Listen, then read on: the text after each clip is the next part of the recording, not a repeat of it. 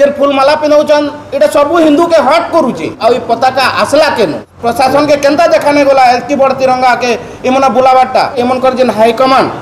तांकर ऊपर भी एक्शन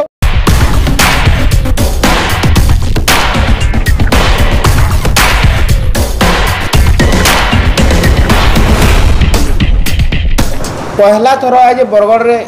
ई हिसाब जिनिसटे होइचे इटा तो बहुत निंदनीय है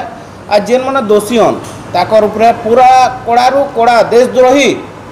देशद्रोही जेनटा कह जासी से माने पूरा देशद्रोही कार्यकलाप करछन ताको देशद्रोही हिसाब से ताको ट्रिक करा जाओ भूल मांगी देले इथिर ऊपर कि हमर भूल होइतिला आ आमे नै जानी पताका ऊपर काना लिखा है जदि से माने नै जानी तो क्या कर लिखले आ पताका आसला केनु एमनकर जेन हाईकमांड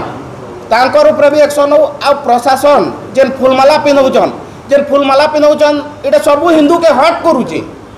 कि फूलमाला कहला पिंधाउछन फूलमाला आमर जते बेले रैली जोउचे का हला जे फूलमाला ना पिंधावा मुस्लिम संप्रदाय रो रैली हवा जे फूलमाला पिंधाबे आमर रैली बेलके आमर दुर्गा पूजा कि